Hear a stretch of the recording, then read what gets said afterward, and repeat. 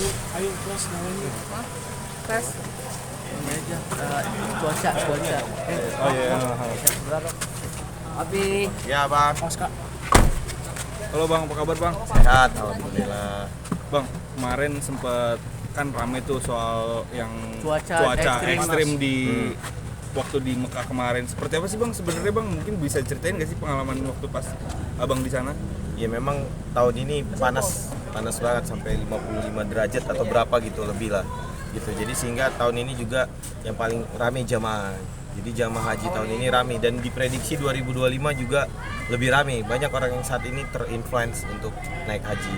Jadi menyebabkan banyak yang meninggal dunia dan memang panas banget. Dan ibadah haji itu kan ibadah fisik ya, dimana apalagi jamaah dari Indonesia itu banyak yang udah tua-tua baru dipanggil, yaitu jamaah reguler namanya gitu. Jadi memang panas banget, sementara kita harus tetap melaksanakan rangkaian rukun haji ya, jadi memang panas banget di sana, keadaannya memang panas.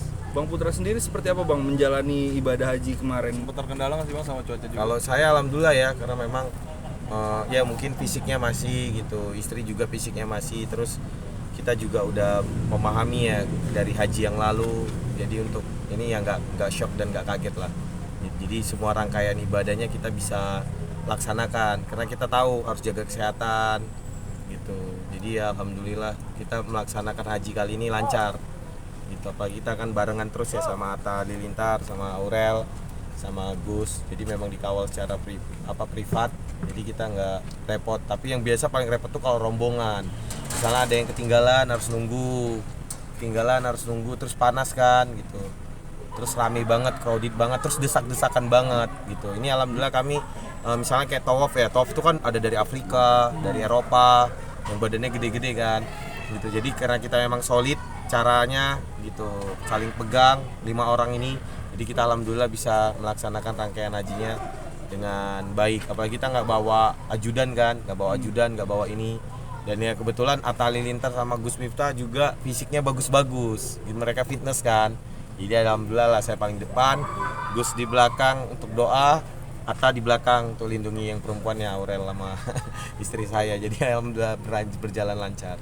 Walaupun memang sedikit lebih panas ya dari biasanya. Memang begitu memang ya, panas banget gitu. Memang begitu sangat panas. Terus kami karena alhamdulillah ya sekarang itu di tendanya itu dikasih AC-nya lebih banyak daripada tahun lalu. Saya haji tahun lalu nggak begitu panas, tapi karena tendanya ada AC-nya yang hidup, ada yang enggak, jadi panas banget tahun lalu. Tahun ini memang cuaca panas banget, tapi AC di dalam tendanya ditambahin gitu, jadi ada penambahan AC lah. Yang paling berkesan dalam ibadah haji kali ini apa sih? Pengalaman religinya gitu. Religinya pertama ya ternyata haji saya yang lalu semua doa saya dikabulin, kecuali klub sepak bola saya juara lah. Saya mintakan klub sepak bola saya juara, tapi ternyata juara grup, nggak juara utama di Liga Indonesianya. Nah terus ya itu, jadi karena saya doa ya Allah mudah-mudahan saya dipanggil terus untuk haji gitu. Jadi walaupun saya nyantai-nyantai di tahun ini, Allah yang paksa untuk saya berangkat haji. Tiba-tiba paspor saya diminta, visa saya diurus dari Mabes TNI gitu, langsung keluar gitu loh, dipermudah semuanya gitu. Dan yang paling berkesan tentunya di Arafahnya.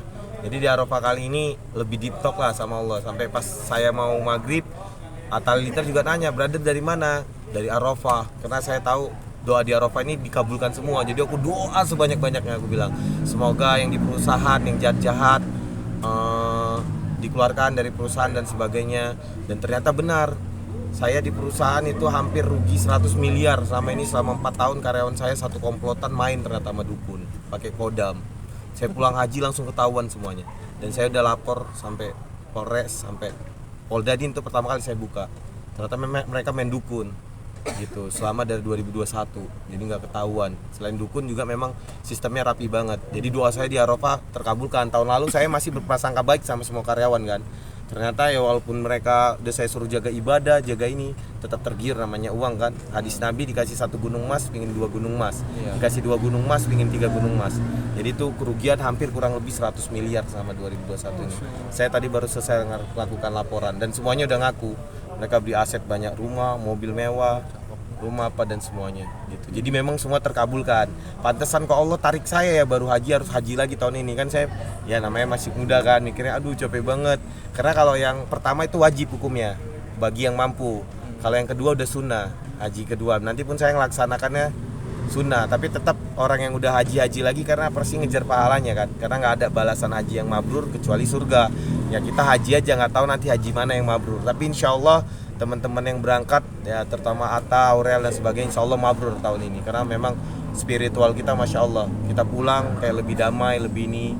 Istri saya juga sama Aurel lebih kompak, lebih mantep. Semua doa dikabulin deh intinya di Arafah, asal yakin.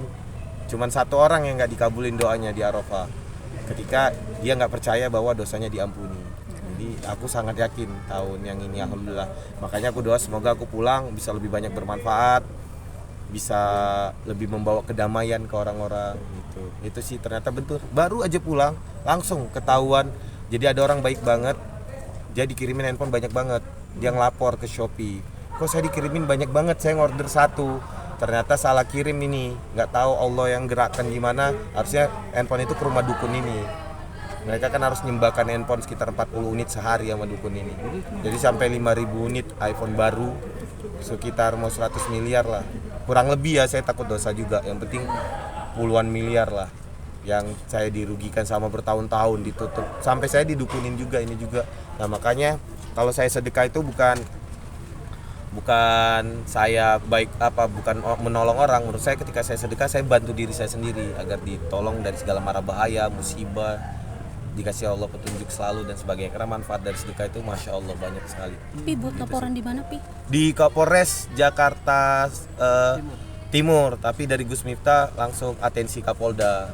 Karena kan kami juga janji sama Gus Miftah bagaimana lebih bisa membantu umat lah. Itu doaku, ya Allah dengan potensiku ya izinkan aku doa juga untuk Indonesia supaya lebih makmur, sejahtera.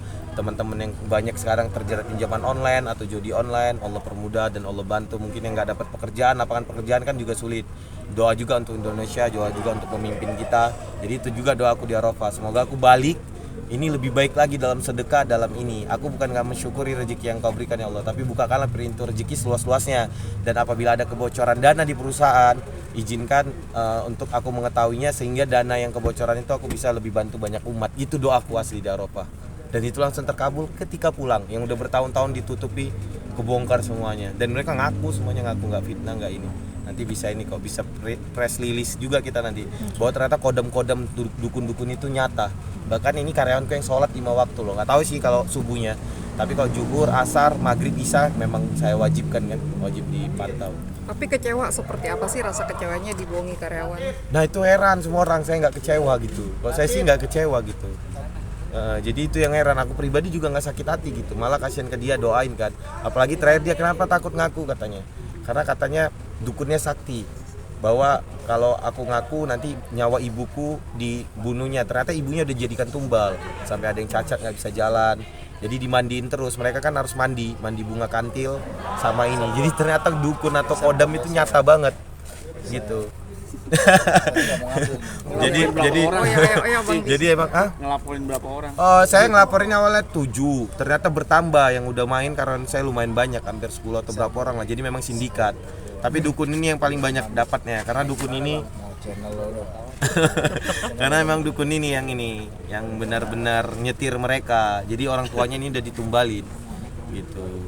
Seperti itu sih. Tapi awalnya percaya nggak sih apa begini-beginian yang namanya kodam? Awalnya nggak percaya yang gaib gitu. Dan saya ada nih kalau mau lihat, saya juga didukuninya waktu saya lagi pulang kampung. Dia kan udah dapat banyak uang, dia sampai bayar 150 juta, 200 juta. Untuk saya tuh lebih dini. Ini chat dia sama dukunnya. Boleh dibaca lah, pelan-pelan aja nggak apa-apa. Jadi gimana bang, ada kesan-kesan nggak selama haji kemarin? Alhamdulillah. Momen nggak bisa dilupakan mungkin. Momen yang nggak dilupakan, semua doa dikabulkan. Masya Allah. Dan di Arafah itu luar biasa ya, Allah membanggakan kita melalui malaikat-malaikatnya gitu. Aduh lupa dekat lagi bang. Gelap gitu. Udah bisa yang baca lah intinya ya. Jadi memang ternyata dan mereka ngaku semua kok. Ini ada surat pernyataan, ada ini. Dan pihak kepolisian juga sangat baik dalam menanganinya. Jadi nggak ribet, tadinya nggak ribet, alhamdulillah. Pi, kan sekarang jadi sering dipanggil dengan sebutan Pak Haji. Agak terbebani juga nggak sih Pi Dulu dengan sebutan iya itu? Haji yang sebelumnya aku nggak ada yang manggil Haji gitu. Tahun ini nggak tahu rame banget. Kayak teman-teman aja semuanya Haji. Maksudnya kayak gelar-gelar haji itu ada di Indonesia aja deh. Di negara lain nggak ada. Tapi buat Papi sendiri agak terbebani gitu juga nggak sih Pi? Karena kan Kembali ya begitu. Kembali sebenarnya ketika kita mabrur itu kita yaitu menjadi pribadi yang lebih baik, doanya gitu, membawa kedamaian ke orang-orang, bukan dari kita pulang langsung sholat 1000 rakaat atau apa, nggak itunya, tapi bisa membawa kedamaian, terus sabar, jadi pribadi yang lebih sabar. Itu aku rasain sih, tentunya diuji di kejadian ini. Ya banyak manajemen, semua petinggi, direktur nganggap apakah sakit hati ini, dendam atau apa, kecewa, enggak lah, karena simple kok, sederhana, semua kan titipan. Semua ini kan yang aku punya titipan. Kalau aku meninggal, punten nih, semuanya ditinggalkan. Nggak ada yang nggak ditinggalkan. Jadi ya udahlah, yang penting tetap sehat. Ke depan nggak ada kebocoran dana. Keuntungannya bisa lebih banyak untuk sedekah, sosial, investor peduli, bantu orang dan sebagainya.